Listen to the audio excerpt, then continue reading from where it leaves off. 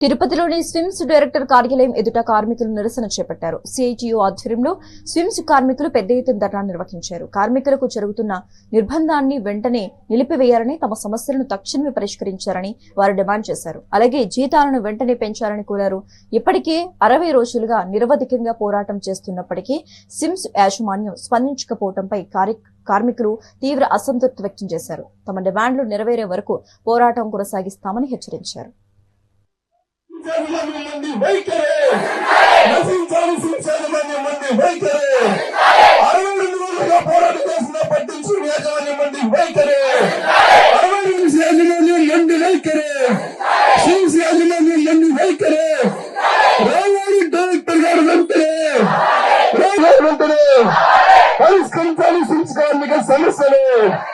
పరిష్కరించాలి స్విమ్స్ కార్మిక సమస్యలు, పెంచాలి కార్మికులకి వేతనాలు, స్విమ్స్ కార్మికులు వెంటనే